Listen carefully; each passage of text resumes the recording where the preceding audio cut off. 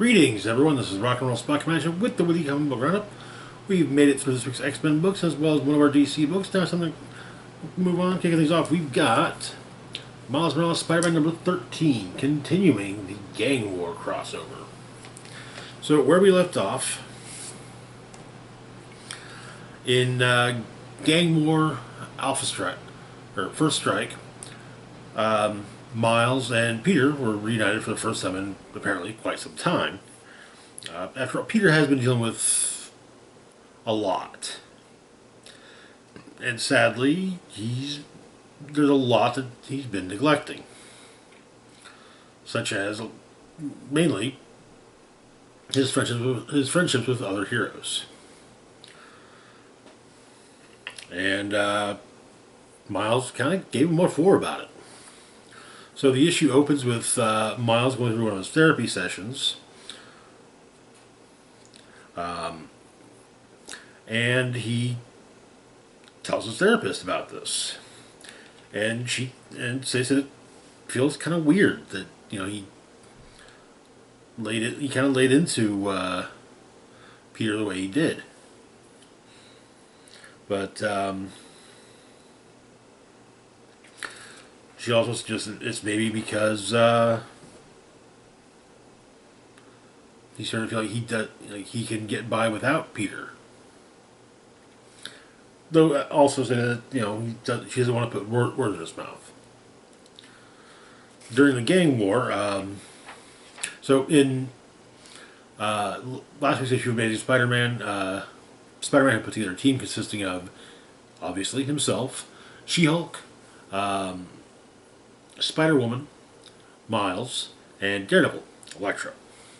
After taking on Crime Master and Ringmaster and defeating them, the heroes pretty much all went their separate ways to deal with other fires. Elektra headed to Hell's Kitchen. More on that in a little bit. Miles heading to Brooklyn, and Spider-Woman going after Diamondback, though I don't exactly remember where in New York he was heading. So, in Brooklyn, even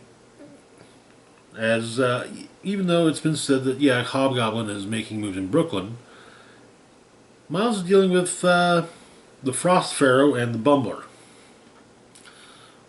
Frost Pharaoh likes thinking of himself as being the Egyptian god of ice. Bumbler is a bee-themed villain with his own gang of a bee-themed tech villain with his own gang of bee-themed henchmen. But the fight gets a little rowdy. Miles manages to deal with everyone until Frostfire reveals he's got a giant friggin' mech. We also get a flashback to Miles practicing with his sword with Colleen Wing. Then it becomes basically a training for dealing with multiple enemies at once as Misty joins in, and he actually did kind of manage to take them down in their sparring, but. The Bumbler and his minions aren't really much of a problem at all. But the giant mech, that's a bit of a problem. And Misty and Colleen show up to help out, though Frosthair refers to them as being Spider-Man's sidekicks, which they rightfully take offense to. Colleen manages to sword into the mech, and then Spidey manages to short out the mech with a venom blast. But Agent Gao's Cape Killers show up. And, it's unclear as to whether or not they're going to be asking Miles for help. it's apparently all on Hightail. And, well, Hightail and Miles, I would say, have something of a complicated relationship at the moment. Elsewhere in Brooklyn, though, Hobgoblin is meeting with someone about a spider problem of his. Who is it that he's meeting with? The Prowler, Miles' Uncle Aaron. And that is where the issue ends. Oh boy. I was a little bummed we didn't get more of Hobgoblin in the issue, but it looks like we'll be getting more of him as the gang war tie-in continues. Moving on, though, to our next book, we've got Gang War Daredevil, #1. So remember how I said we'd be talking about Daredevil taking care of Hell's Kitchen in the gang war? Well, so currently in Daredevil, the Matt Murdock, the book focusing on Matt Murdock. Turns out there's a new gang operating in Hell's Kitchen known as the Heat, made up of corrupt and former cops. They're making moves, and Matt's been Matt and Elektra both have been dealing with them. So apparently, a Lieutenant Raphael Scarf has decided to try to take over leadership. Elektra gives chase. Manages to take him down. However, the Heat have an assassin on their side, and that leads to a fight between her and Daredevil. But the assassin manages to escape.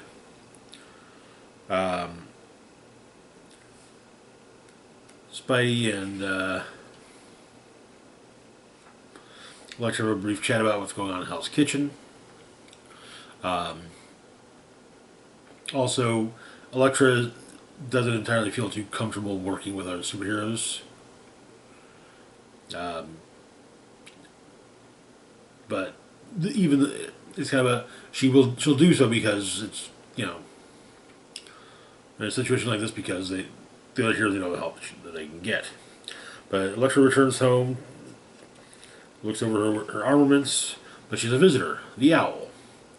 The Owl informs, basically asks for, truce, brief to parley, lets her know that there's a shipment coming into one of the docks. And Elektra tells Spider-Man about this.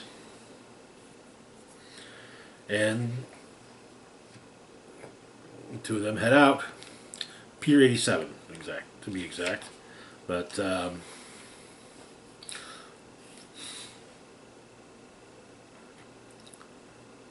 Elektra watches as the Heat's assassin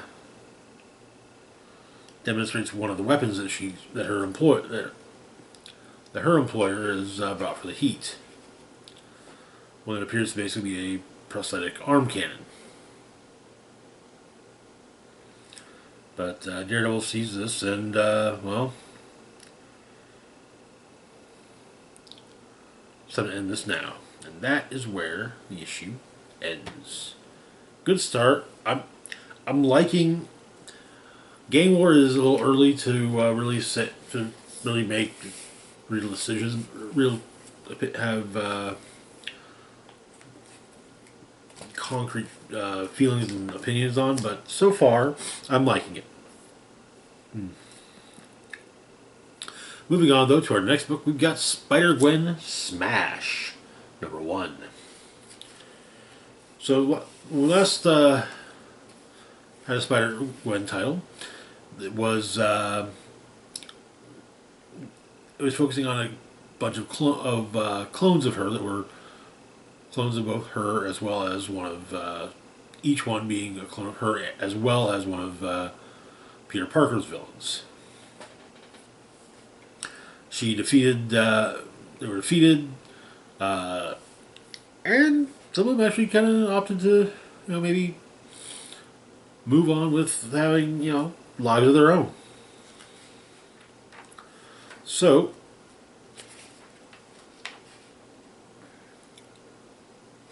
um, Mary Jane's are playing a show at the Freakout, but MJ gets attacked by an influencer wanting to be a supervillain, Pink Velvet, or well, MJ is almost attacked, but Gwen saves the day. But it is a bit of a mess, and apparently, Pink Velvet is considering trying to sue Ghost Spider, and Ghost Spider is having something of a things just feel off for her. But she's discussing this with her father, who understands. Yeah, she could simply just hop over to another Earth, fight some bad guys, and hop back. But and she kind of says that what keeps her on Earth 65 is her dad. But yeah, MJ blows up Gwen's phone. Apparently, they've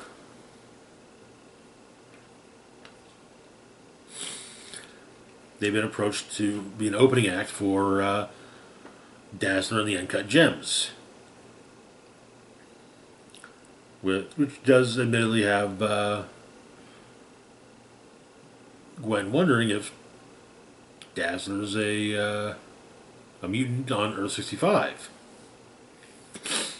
But she packs for the road. The first show they'll be playing at is Madison Square Garden, and they meet the Uncut Gems. Lila Cheney, guitarist.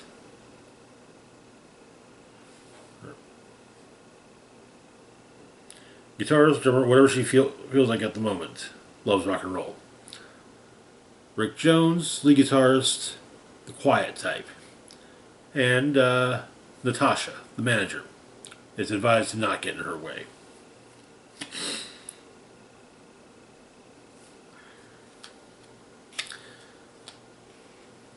But the Mary Janes play their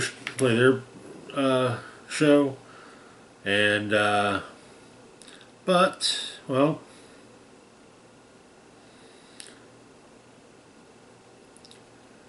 Rick ate basically the sushi that they had before the show. Didn't agree with Rick, and so now they need a guitarist, and that was just they recruit MJ.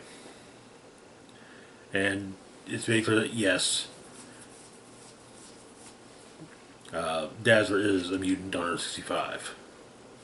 But Gwen's spider senses go off, and a Hulk attacks. Gwen manages to prevent anyone from getting hurt from the Hulk's rampage, and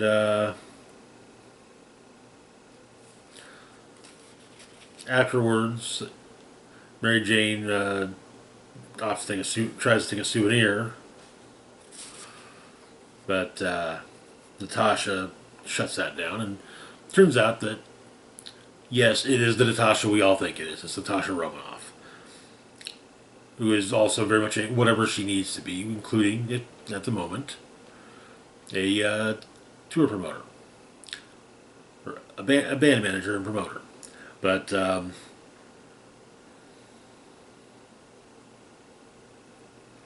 apparently, Natasha Romanoff on R65 is the reason why Gwen hasn't had any trouble from Sue Storm since she's been back. And she's also well aware of who she is on other worlds, which she also has not far off from who she is there. But basically, Dazzler's being stalked. And recently she went home, stalker showed up at her place.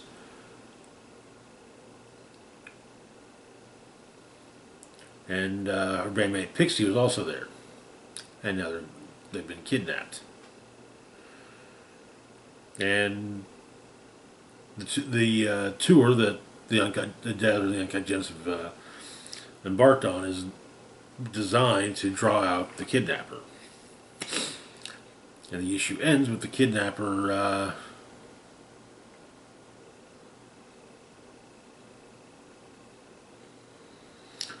already planning for the next venue.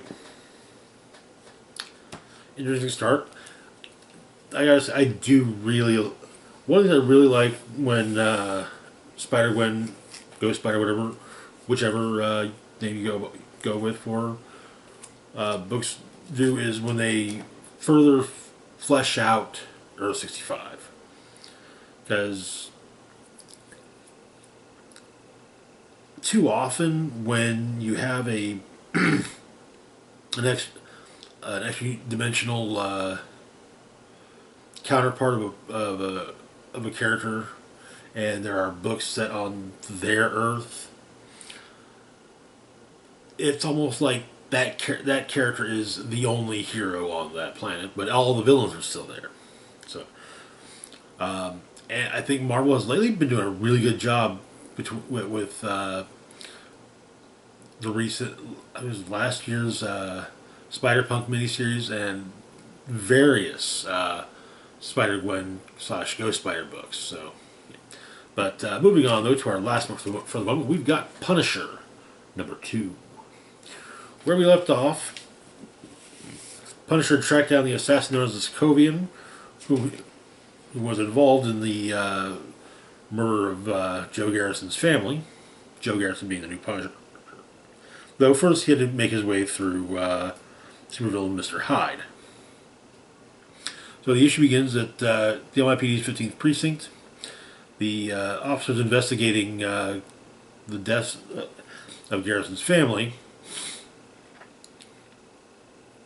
are looking into things, and one of them, he's been investigating Joe, who is missing, and the prime suspect, or at least a person of interest. So apparently he was an accountant for the Aegis Corporation, but there's nothing on file about the company. But he can't find anything about the company. And when it comes to Garrison, no co-workers, no relatives, no social media, no leads. Just dead end after dead end. However, his partner comes upon a surveillance video of Garrison wearing his Punisher suit fighting Mr. Hyde. Garrison, however, is going after a crime boss known as the Offer, a master negotiator. So,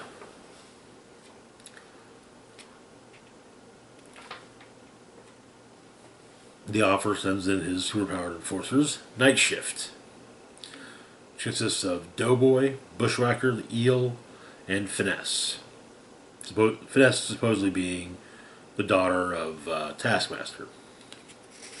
So, first Punisher takes out the Eel with a fire extinguisher. First by spraying him with it and then hitting him, knocking him on the head with it a couple times. Next comes Finesse, whom he uses Eel's electroshock gauntlets on. Then Doughboy, who gets blown up. Surprisingly, Punisher's armor survives. Then Bushwhacker, who gets a piano dropped on his head.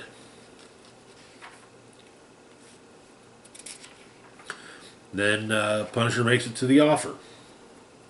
Basically wanted to know who put out the hit.